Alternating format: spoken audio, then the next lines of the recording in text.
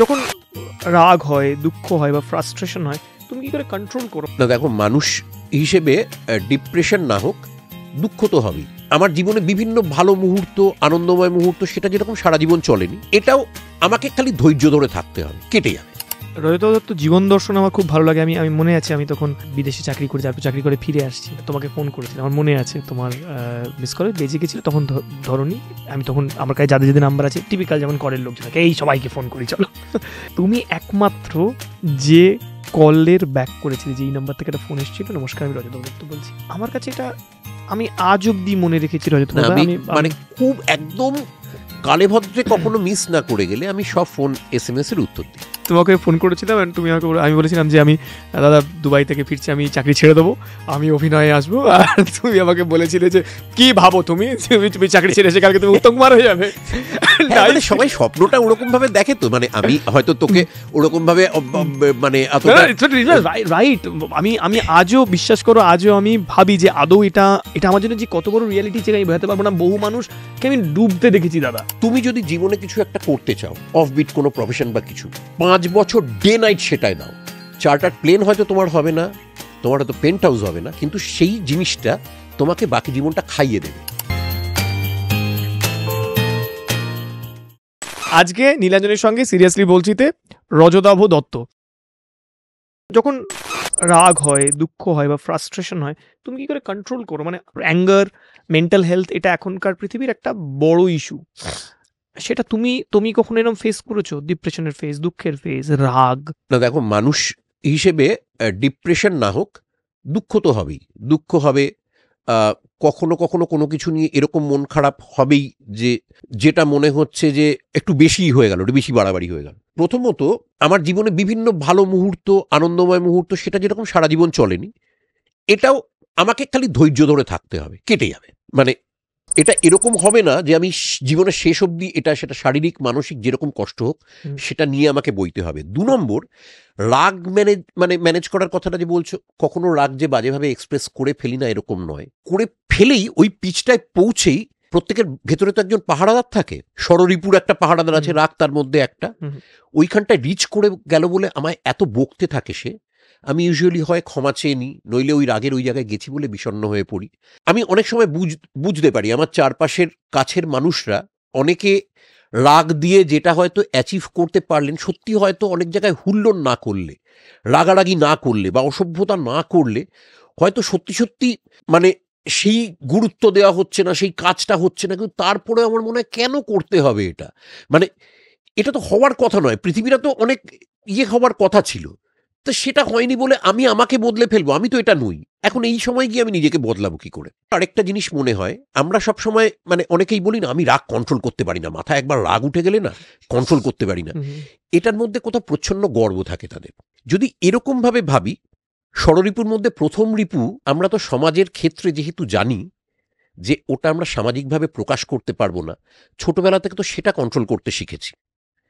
আমার তক্ষুনি যা মনে হয় বা পৃথিবীর কোনো একটা মানুষের যা হয়, যারা সেটা পারছে না তারা তো ঘৃণ্য, তারা পশুর অধম, তারা বিভিন্ন মানে যে অপরাধগুলো করছে সেই অপরাধের ক্ষমা নেই এবং সেটা নিয়ে সবাই একমত। ইভেন তারা যখন নাকি কোনো আসামি জেলে যায় সেই অপরাধে, তখন অন্যান্য আসামিরাও তাদের এড়িয়ে চলে, কারণ ধরে নেওয়া হয় ওটা একমাত্র তুমি তোমার পেটের দায় করনি। তা সেটা যদি মানুষ, আমি সংখ্যাগরিষ্ঠতার কথা ধরছি যারা সেটা বিশ্বাস করে সারা পৃথিবী জুড়ে, মানে ক্রিমিনালদের কথা আমি কেন বলবো, আমি তার বাইরে বলছি, সেটা যেরকম আমরা কোথাও কামকে যেরকম হ্যান্ডেল করতে শিখেছি, ক্রোধটাকে আমরা তার তুলনায় বেশি ছাড় দিয়ে রেখেছি। এটা যদি হ্যান্ডেল করতে পারি, ওটাও হ্যান্ডেল করতে পারার কথা। যদি সামাজিক ভাবে আমি জানি যে এটা লজ্জার, আমি আমার রাগ হয়েছে বলে আমি চেঁচিয়ে কারো হয়তো এত মন খারাপ করে দেব, আমি মন তো ভালো করতে পারি না চট করে। আর যারা আমরা বিনোদনের সাথে জড়িয়ে আছি, শিল্পের সাথে জড়িয়ে আছি, তাদের তো ওটাই কাজ, অন্যের মুখে হাসি ফোটানো। কাজে প্রথমেই তো আমি, আমার মধ্যে সবিরোধ নেই বলছি না, কিন্তু প্রথমে কিন্তু একদম বড় একটা সবিরোধে পৌঁছলাম যে আমি যেটা সৃষ্টি করছি আর আমি আমার স্বভাব দিয়ে কাউকে সেই ড্যামেজিং একটা জায়গায় পৌঁছে দিলাম, যেটা আমি তারপরে হাসো বললেই আর সে হাসতে পারবে না। সে হয়তো ওই অপমানটা হয়তো তাকে বাকি সারা জীবন ধরে, সে হয়তো এই মাঝরাতে উঠে বসবে, সে হয়তো সেটা ভুলতে পারবে না যে কখনো সে মনে করবে ওটাকে অন্যায় বা কিছু, ওটা হয়তো অন্যভাবেও আমি করতে পারতাম। রজত দত্ত জীবন দর্শন আমার খুব ভালো লাগে। আমি আমি মনে আছে আমি তখন মিরাক্কেলে সদ্য বেরিয়ে এসেছি মিরাক্কেল থেকে, বিদেশে চাকরি করে, তারপর চাকরি করে ফিরে আসছি এবং তারপরে তোমাকে ফোন করেছিলাম। আমার মনে আছে তোমার মিস কলে বেজে গেছিলো, তখন ধরনি। আমি তখন আমার কাছে যাদের যাদের নাম্বার আছে টিপিক্যাল যেমন কলের লোকজনকে এই সবাইকে ফোন করি চলো। তুমি একমাত্র যে কলের ব্যাক করেছিলে, যে এই নাম্বার থেকে একটা ফোন এসেছিল, নমস্কার আমি রজত দত্ত বলছি। আমার কাছে এটা আমি আজ অব্দি মনে রেখেছি রজত দাদা। আমি মানে খুব একদম কালে ভদ্রে কখনো মিস না করে গেলে আমি সব ফোন SMS এর উত্তর দিই। আমি মানে আমার আজও মনে আছে এবং আমি আজও চেষ্টা করি ওই দিনের ওই যে ওই অবস্থায় রজতাভ দত্তের মতো একজন মানুষ অত ব্যস্ততার মধ্যেও একটা অজানা ল্যান্ডলাইন নাম্বারে যদি ঘুরে জিজ্ঞেস করতে পারেন নিজের নাম বলে, তাহলে তুমি এমন কোনো লাঠের বাট নাও যে তুমি রিপ্লাই করবে না। সো এটা আমার জন্য একটা বিরাট লার্নিং। এটা এই রজতাভ দত্ত কোথা থেকে, মানে এইগুলো কি ওই এই লার্নিংগুলো থেকে যেগুলো তুমি বললে বা এখান থেকে আসে নাকি? এটার জন্য আমি না আলাদা কিছু করছি সেটাও মনে হয়নি, মনে হচ্ছে এটাই তো হওয়া উচিত। মানে সবাই তো করে, তোমার ট্যাক্সিওয়ালার তো গয়না ফেরত দিয়ে দেওয়াই উচিত। হ্যাঁ, সেটাই আমার মনে হয়। সত্যি কেউ একটা আমায় খুঁজছিলেন, আমি তখন ধরতে পারিনি, ল্যান্ডলাইনে সেই সুযোগটা ছিল না, এখানে নাম্বারটা দেখেছি।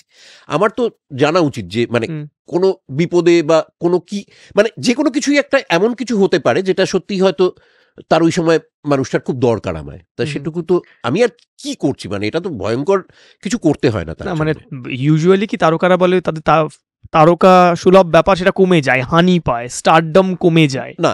আমি সেটাকে তুই একটা খোঁচা দিয়ে বলছিস, তুই ওই রকম ভাবে বলছিস, ওটার মধ্যে সার্কাজম রয়েছে। আমি এটাও তো দেখেছি যে ওটার জন্য ধর স্পেশালি মেয়েদের ক্ষেত্রে মানে এরকম হয়েছে, আমাদের নাম্বার তো অনেক জায়গায় লিকও হয়ে যায়। এবার ধর রাত্রিবেলা কোনো একটা মদের আসরে বিভিন্ন নাম্বার থেকে আমাকে করেই যাচ্ছে, আমি একটার পর একটা নাম্বার ব্লক করছি, খুব হ্যাঁ এইসবগুলো হচ্ছে এবং আমি বুঝতে পারছি পাশে হই হই হাসাহাসি হচ্ছে। তো এই ঝামেলাগুলো থেকে তাদের কে বাঁচাবে বল? তারাও তো বিভিন্ন রকম, তার বাড়ি থেকে ওরা মারা গিয়ে থাকতে পারে, তার ফিনান্সিয়াল কোনো একটা লস হতে পারে, সে একটা স্ক্রিপ্ট রিডিং এর মাঝখানে থাকতে পারে। এবার এই ঝামেলাগুলো তো বাকিদের বোঝাতে পারবো না আমি, তা সেগুলো আমি খানিকটা বাড়তি দায় নিই। মানে আমি যে ধরনের চরিত্র করি তাতে এমনিতেই লোকের মনে একটা বোধহয় হালুম বুড়ো টাইপের একটা ধারণা থাকে বলে ওই সব ফুকুরি করতে গিয়ে তার কোথাও একটা মনে হয় যে না লোকটা খুব বকে ফোকে দেবে, ওরকম কিছু একটা হয়তো থাকে। বাকি যাদের মনে এই কিছু করার নেই, একটু পেছনে লেগে দেখি, আমাকে তো আর লোকটা কিছু করতে পারবে না, ধরতে পারবে না, বা এইটার জন্য নিশ্চয়ই আমাকে পুলিশে দেবে না। তা এখন এত রকম ভাবে লোকে আমোদ পাওয়ার চেষ্টা করতে থাকে, বা বেশিরভাগ ক্ষেত্রে যে একটা ধর অভিনয়ের সুযোগের জন্য। এবার আমি কি করে তাকে বোঝাতে গেলে আমার তার পেছনে 15 মিনিট খরচা করতে হবে যে দেখো বাবা আমার নিজেরই অভিনয় সুযোগের জন্য ঘুরে বেড়াতে হয়, আমি তোমাকে সুযোগ দেবো কি করে? আমি ডিরেক্টরও নই, প্রডিউসারও নই। আমাকে যখন নাকি একটা পার্টের জন্য বলা হয়, তুমি আমাকে ফোন করে বললে, কাজেই আমি তখন মানে কোনো একজন ডিরেক্টর আমাকে একটা ক্যারেক্টার ঠিক করলো, আমি বলবো শুনুন পরশু বিকেলে আমি একজন ভদ্রলোক আমায় ফোন করে বললেন আপনি একবার দেখুন তো ওনাকে ফোন করে, মানে আমি যে তাকে একটা পার্ট দেওয়া যায় কিনা। তো এটা এই আশার এই ব্যাপারটা তো সম্ভব না। এবার এই পুরোটার জন্য আমার 15 মিনিটের একটা এনার্জি যে নষ্ট করছি আমি, সেটা আমি অনেক সময় বেনামনে মুক্ত ছড়াচ্ছি, কিন্তু মনে হয় আহা ওই লোকটা তো জানে না সে তো কতটা আশা ভরসা করে বা তার কোনো একটা ক্রাইসিস থেকে সে ওই ইয়েটা করছে, স্বপ্নটা দেখছে, যদিও তাকে মানে বুঝিয়ে দেওয়া যায়। বা অনেক সময় অনেকে ওই তোকে যেরকম চাকরি বাকরি যারা ছাড়ার প্ল্যান করে, আমি সবসময় বলি আরে না রে ভাই, মানে ওই রকম নয়। আমার স্টিল মনে আছে তোমাকে ফোন করেছিলাম, তুমি আমাকে আমি বলেছিলাম যে আমি দাদা দুবাই থেকে ফিরছি, আমি চাকরি ছেড়ে দেবো, আমি অভিনয়ে আসবো, আর তুমি আমাকে বলেছিলে যে কি ভাবো তুমি চাকরি ছেড়ে এসে কালকে তুমি উত্তম কুমার হয়ে যাবে। সবাই স্বপ্নটা ওরকম ভাবে দেখে তো, মানে আমি হয়তো তোকে ওরকম ভাবে মানে রাইট। আমি আজও বিশ্বাস করো, আজও আমি ভাবি যে আদৌ এটা আমার জন্য যে কত বড় রিয়েলিটি চেক আমি বোঝাতে পারবো না। বহু মানুষকে আমি ডুবতে দেখেছি দাদা, মানে আমি যে অ্যাটলিস্ট আমি নিজে দেখেছি। ধর ইভেন রিয়েলিটি শো এর জন্য তোরা যখন এসছিস, তোদের আগে পরে অনেকে ফোন করছে দাদা আমি চাকরি ছেড়ে দিয়ে চলে এসছি, এবার কি করব? তখন মানে কোথাও আমার দায়বদ্ধ লাগছে, সাথে মুখে যেটা এসে পড়ছে সেটা আমি আর তার মন খারাপে খাড়ার ঘাম আচ্ছি না যে তুমি ছেড়ে দেওয়ার আগে তো আমার ফোনটা করোনি বাবা, এখন তুমি কি করে আমাকে চেনো বলে জড়িয়ে ফেলছো যে বাকিটা তুমি মানে আমার জয়েন্ট ফ্যামিলিতে ঢুকে গেলে এবার বংশের বড়দারি, তোমার রেশনটা আনার দায়িত্ব, এইগুলো বলার কোনো মানে হয় না। কারণ তখন আমি তাকে মানে মরার উপর খাড়ার ঘা করবো, কিন্তু আমার তখন চুল টুল খাড়া হয়ে যায়। এটা চাকরি ছেড়ে এসছিস মানে, একটা চাকরি ছেড়ে যে এলে ভয়ঙ্কর ব্যাপার সেটা। আমি নিজে হয়তো ওটা করেছি, কিন্তু আমি কাউকে সেই সাজেশনটা দিতে পারবো না, কারণ ওটা ওই 1 কোটির মধ্যে হয়তো একটা লেগে যায়। হতেই পারতো কোনো একটা মানে বহুদিন আগে আমার হতাশাগ্রস্ত হয়ে জীবন শেষ হলো, কিংবা আমি এই ছেড়ে দিয়ে আবার অন্য কোনো একটা কাজে ঢুকে পড়লাম। হয়নি যে সেটা কোনো মানে ওটা ফর্মুলা নয়, ফর্মুলা যেগুলো সেটাই ফলো করো, ফর্মুলার বাইরে গেলে ওই 20 কোটির মধ্যে যার হচ্ছে তার কিন্তু শুধুমাত্র প্রতিভায় হচ্ছে না, কিসে হচ্ছে সে নিজেও জানে না। মিঠুনদা যে গল্প বলতো, মিঠুনদার যদি ডিসকো ড্যান্সার না লাগে তাহলেই কেউ জানতে পারতো না এই গল্পগুলো। মানে এরকম তো নয় যে তুমি শুরুর জীবনটা ওই রকম করে নিলেই ইয়ে করে দেবে, বরং সেদিন কেউ একজন বলছিল, সেটা আমার কাছে অনেক বেশি বোধগম্য।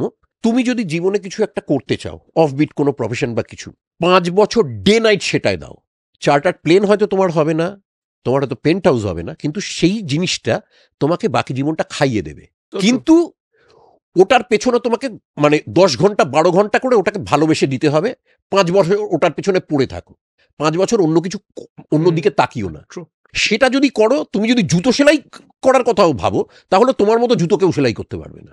এটা 200% ঠিক কথা, 200% ঠিক কথা। কিন্তু ওই 5 বছর তোমাকে কোনো দিকে তাকালে চলবে না। মানে তুমি যা করতে চাও, তুমি লেখক, তুমি যদি লিখতে চাও, পেন্টিং করতে চাও, তুমি পড়াশোনা করতে চাও, 5টা বছর তুমি একদম জীবনে আর কিচ্ছু নেই।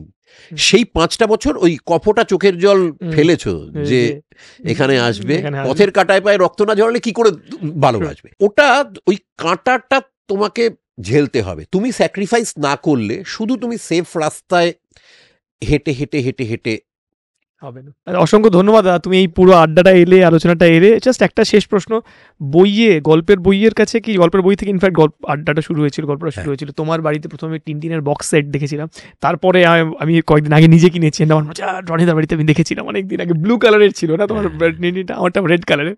তোমার এখন একটা বড় কারণ হচ্ছে একসময় বইগুলো কেনার পয়সা থাকতো না আর কি, মানে আমার পুরো ছোটবেলা জুড়ে একটা টিনটিন কিনতে পেরেছিলাম।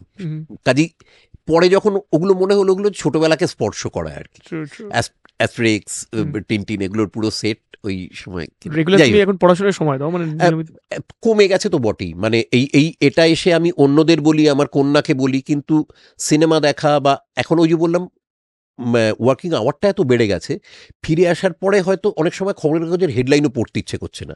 আমি দেখছি সার্ফ করে করে হয়তো অনেকগুলো ছবি ট্রেলার দেখলাম, তারপর নিজে ওই 1.5 ঘন্টা টাইম দেখলাম শুতে যাওয়ার আগে, আমার নিজের মি টাইম রয়েছে, আমি সেখানটা একটা অ্যাকশন ছবি দেখে শুয়ে পড়লাম, যেটা আমার মাঝখানে বন্ধ করে চলে যেতে হলো, মাথায় চাপ পড়বে না। কিন্তু ডেফিনেটলি বই পড়ি, মানে এখনো হয়তো আমার আশেপাশের কয়েকজন বন্ধুর থেকে বেশি পড়ি, কিন্তু আগের থেকে কমেছে তো বটেই, মানে সেটা সবারই কমে, সারা পৃথিবী জুড়েই হয়েছে ওটা। যাই হোক, সেটা কোনো মানে আমার ক্ষেত্রে সেটা সারা পৃথিবীর হয়েছে বলে আমারও হবে, আমি সেইভাবে জাস্টিফাই করছি না, কিন্তু মানে কমেছে ডেফিনেটলি। অসংখ্য ধন্যবাদ, তুমি এই পুরো আড্ডাটা এলে, আলোচনাটা এলে, এবং মানে তুমি সবসময় তুমি বললে বটে যে বড় দাদার মতো ইত্যাদি প্রভৃতি, কিন্তু আমি সত্যি লিটারেলি দাদার মতোই দেখি বা পেয়েওছি এখন অব্দি। এবং আমার মনে হয় যারা যারা আমাদের এই বৃত্তে রয়েছে দাদাকে জানে, এক দুর্দান্ত মানুষ হিসেবে, একজন অসম্ভব ভালো অভিনেতা, গানের তো আজকে ছোঁয়াই হলো না, কিন্তু এমন একজন মানুষ যার প্রত্যেকটা কথা মনে হয় যে হ্যাঁ, জীবনে এগিয়ে যাওয়ার জন্য এই লাইনগুলোর আসলে দরকার রয়েছে। অসংখ্য ধন্যবাদ, তুমি এলে সময় বের করে, থ্যাংক ইউ, থ্যাঙ্কস আ লট। ভালো থেকো প্লিজ। আজ এই পর্যন্তই, দেখা হবে আবার পরের দিন, সিরিয়াসলি বলছি, অন্য কোনো পর্বে। ভালো যদি লেগে থাকে তাহলে সাবস্ক্রাইব করতে পারেন, লাইক, কমেন্ট, শেয়ার, এটা পুরোই আপনার ইচ্ছের উপর। আর ঠোঁটের কোনো স্মাইলটাকে পাস অন করতে থাকুন, যাতে আপনি নিজেও ভালো থাকেন, বাকি সবাই যেন ভালো থাকে।